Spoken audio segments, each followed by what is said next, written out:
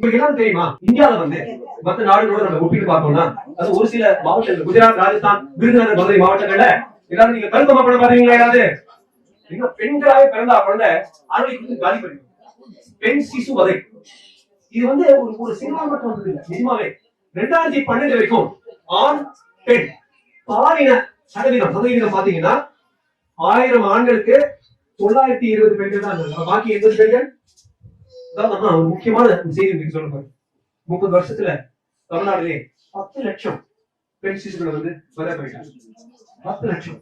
உங்களை மாதிரி அழகா, உங்களை மாதிரி வீரத்தோட பாடிட்டு ஆடிட்டு இருக்க வேண்டிய பெண்கள் அப்படின்னு ஏன் பெண் தான் வந்து கௌரி கட்டணும் முடியாது, யாருக்கு கல்யாணம் பண்ணி வைக்கிறது காரணம் அதை வந்து மாத்தியவர் பேட்டி பச்சாவோ சொன்னவர் நரேந்திர மோடி. அதாவது பெண்களை காப்பாற்று. எப்படி காப்பாற்று?